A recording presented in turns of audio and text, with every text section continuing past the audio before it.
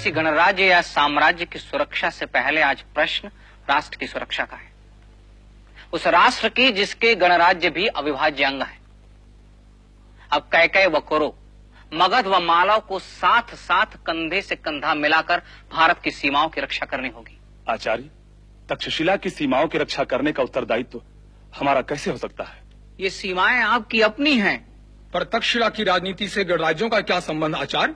हिमालय से लेकर समुद्र पर्यंत भारत एक है, उसकी पग पग भूमि हमारी अपनी भूमि है। पर उस पर हमारा अधिकार तो नहीं है, न हम उससे लाभान्वित होते हैं। यदि कोई आपके मस्तक पर आघात करे तो क्या आपके हाथ नहीं उठेंगे? क्या अपने मस्तक की रक्षा के लिए आपके चरण गतिमान नहीं होंगे? क्या आपकी बुद्धि आपकी रक्षा का प्रयास नहीं करेगी? अवश्य करेगी। आप उसी राष्ट्र के अंग है जिसका अभिसार व तक्षशिला मस्तक है गणमुख्य।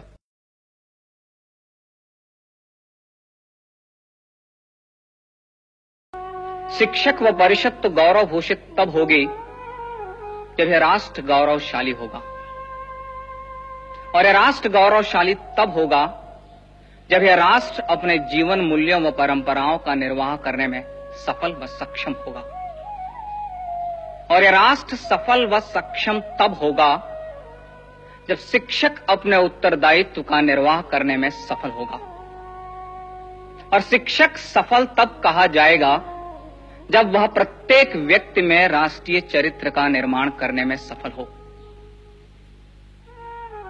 यदि व्यक्ति राष्ट्र भाव से शून्य है, राष्ट्र भाव से हीन है, अपनी राष्ट्रीयता के प्रति सजग नहीं है, तो यह शिक्षक की असफलता है। और हमारा अनुभव साक्षी है कि राष्ट्रीय चरित्र के अभाव में हमने अपने राष्ट्र को अपमानित होते देखा है। हमारा अनुभव है कि शस्त्र से पहले हम शास्त्र के अभाव से पराजित हुए हैं। हम शस्त्र और शास्त्र धारण करने वालों को राष्ट्रीयता का बोध नहीं करा पाए, और व्यक्ति से पहले खंड खंड हमारी राष्ट्रीयता हुई। शिक्षक इस राष्ट्र की राष्ट्रीयता व सामर्थ्य को जागृत करने में असफल रहा। यदि शिक्षक पराजय स्वीकार कर ले तो पराजय का वह भाव राष्ट्र के लिए घातक होगा। अतः वेद वंदना के साथ साथ राष्ट्र वंदना का स्वर भी दिशाओं में गूंजना आवश्यक है। आवश्यक है व्यक्ति व्यवस्था को यह आभास कराना कि यदि व्यक्ति की राष्ट्र की उपासना में आस्था नहीं रही तो उपासना के अन्य मार्ग भी संघर्ष मुक्त नहीं रह पाएंगे। अतः व्यक्ति से व्यक्ति, व्यक्ति से समाज व समाज से राष्ट्र का एकीकरण आवश्यक है। अतः शीघ्र ही व्यक्ति, समाज व राष्ट्र को एक सूत्र में बांधना होगा, और वह सूत्र राष्ट्रीयता ही हो सकती है। शिक्षक इस चुनौती को स्वीकार करे, वह शीघ्र ही राष्ट्र का नव निर्माण करने के लिए सिद्ध हो।